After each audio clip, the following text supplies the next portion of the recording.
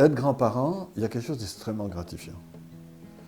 Avoir des petits-enfants. Avoir des petits-enfants, c'est avoir quelque chose qui va me prolonger au-delà de mes enfants.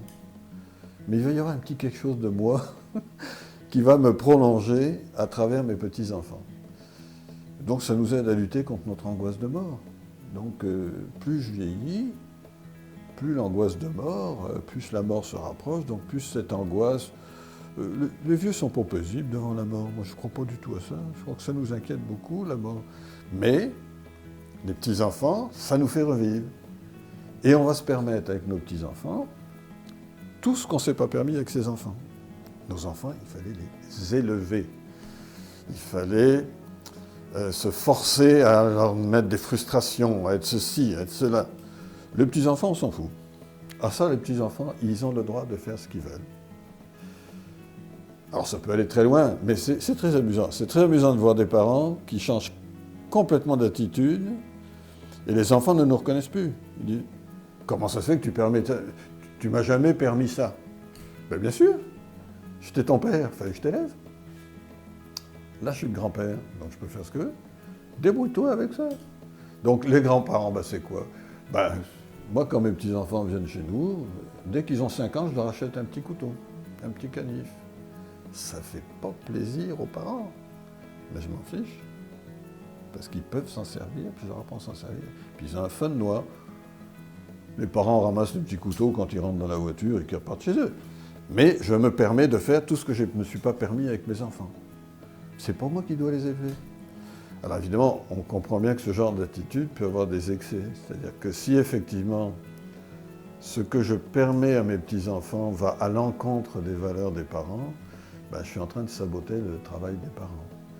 Donc c'est très délicat d'être un grand-parent. Parce que je peux être très utile dans la vie de mon petit-fils ou de ma petite-fille, mais je peux être très négatif face aux parents. Donc il y a un ajustement.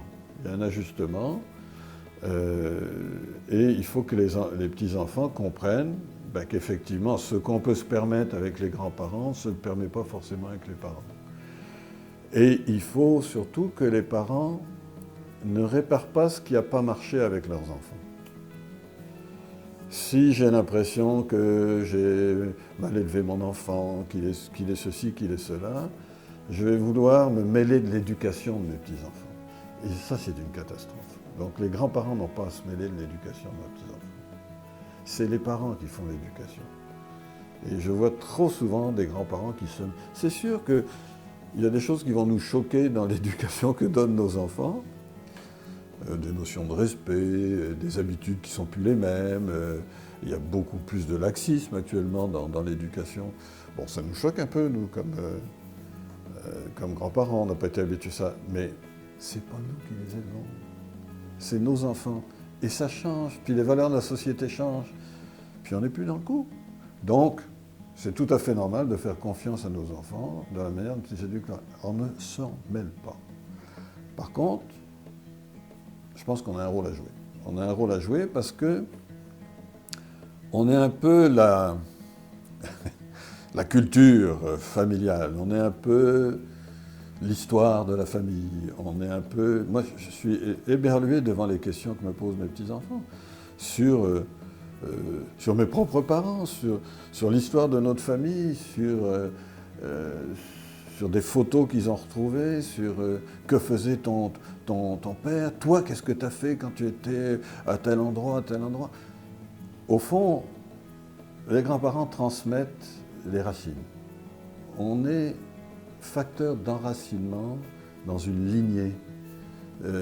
On est là pour créer un sentiment d'appartenance. Et je pense que c'est fondamental ce rôle de créer un sentiment d'appartenance pour les petits-enfants. Donc on appartient à une culture, on appartient à une tradition, on a des coutumes, on a des habitudes qu'on peut leur faire comprendre. Alors que si on ne s'explique pas, si on a cette rupture entre générations, c'est très embêtant. Et moi, ces lignes de fracture entre générations là, qu'on constate avec des grands-parents qui démissionnent un peu de leur rôle et qui partent se promener, C'est très bien les voyages pour des grands-parents, c'est très bien. Je suis très content qu'ils visitent des trucs, mais pas trop longtemps. Vous savez, c'est une mine d'or. C'est pas l'âge d'or, c'est une mine d'or pour les agences de voyage, les personnes âgées. Et s'ils partent trop longtemps, on a ces lignes de fracture. Les petits-enfants ne connaissent plus leurs grands-parents. Alors, le rôle des grands-parents, il peut être extrêmement nocif, parce que si je me mêle de l'enfance, de l'éducation de mes petits-enfants, je me substitue au rôle de parent. Mais il peut être extrêmement positif, dans le sens qu'il y a des crises dans une famille, il y a des difficultés, et les grands-parents peuvent être une sécurité pour la famille. Ils peuvent être des gens qui sont stables, ils sont là, ils peuvent m'écouter. Moi, je suis très surpris des confidences, particulièrement des adolescents chez mes petits-enfants. Ils viennent raconter leurs peines, leurs histoires, etc. Ou ils viennent raconter leurs difficultés avec leurs parents. Il faut que je les écoute. C'est sûr que si je détruis l'image du parent, c'est catastrophique. Ça peut arriver. Moi, ça m'est arrivé. Il m'est arrivé qu'une fois, un de mes petits-fils est arrivé en disant « je me suis fait attraper parce que j'avais des mauvaises notes, etc. » Je lui ai dit « Oh, tu veux que je te montre le bulletin de notes de ton père ?» Bon, c'est pas correct. Faire des trucs comme ça, c'est pas correct parce qu'on donne une mauvaise image du parent. C'est très tentant. C'est très tentant d'aller raconter comment étaient leurs propres parents. Alors des fois, il faut le raconter, parce qu'ils ont fait des bons coups, les parents. C'était drôle quand ils étaient enfants. Mais il ne faut pas trop raconter les mauvais coups, parce que sinon, on détruit l'image du parent. Donc on peut être très positif, puis très négatif. Alors, on est là pour la tradition familiale, mais on est là pour la sécurité aussi des enfants. Et je suis très surpris, encore une fois, de voir l'intimité que peuvent développer certains enfants avec leur grand-mère ou leur grand-père. C'est très curieux. Les questions par exemple, de découverte de la sexualité à l'adolescence, ils viennent en parler, c'est curieux.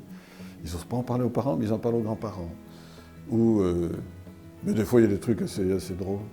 Moi, je me rappelle un de mes petits-fils qui était en France, et il téléphone à sa grand-mère, et ils étaient en train de manger, et il dit « Maman veut m'obliger à manger ma soupe. Qu'est-ce que tu en penses, grand-maman ?» et la grand-maman lui a dit « Je suis désolé, il va falloir ce que tu... » Mais pour lui, c'était le personnage mythique qui allait régler tous les problèmes. Et le premier réflexe a été de téléphoner à grand-maman quand sa mère lui a dit de manger sa soupe, quoi. Bon, enfin, oui, ce genre de trucs. Donc, c'est très facile de tomber dans les demandes des petits-enfants, mais de savoir écouter ces petits-enfants, de savoir leur transmettre l'histoire de la famille, de leur donner aussi un peu un portrait de leurs parents quand ils étaient enfants, pour les rapprocher de leurs parents, pour leur montrer que ces parents-là, eux aussi, ils ont vécu des choses difficiles, puis eux, ils s'en sont sortis, puis qu'ils s'en sont bien sortis. Ça peut être extrêmement positif. Ça peut être un rôle extrêmement positif. Par contre, il y a des choses plus... C'est vrai que ça change, mais il y a beaucoup de grands-parents qui travaillent, hein, et c'est très bon parce qu'il faut s'occuper. On n'est pas forcément des gardiens, les grands-parents. Si je travaille autant que mes enfants, j'ai autant besoin de moments de repos qu'eux, peut-être même un peu plus. Donc le grand-parent gardien, je pense qu'il va falloir commencer à tourner un petit peu la page. On est toujours content de les avoir, on est toujours content de les avoir pendant des périodes de vacances, etc. Mais quand on est disponible, et quand on n'est pas disponible, il y a une espèce de stéréotype dans la société que le grand-parent doit forcément être disponible pour garder les petits. Non, ça c'est une autre époque. Ça va ?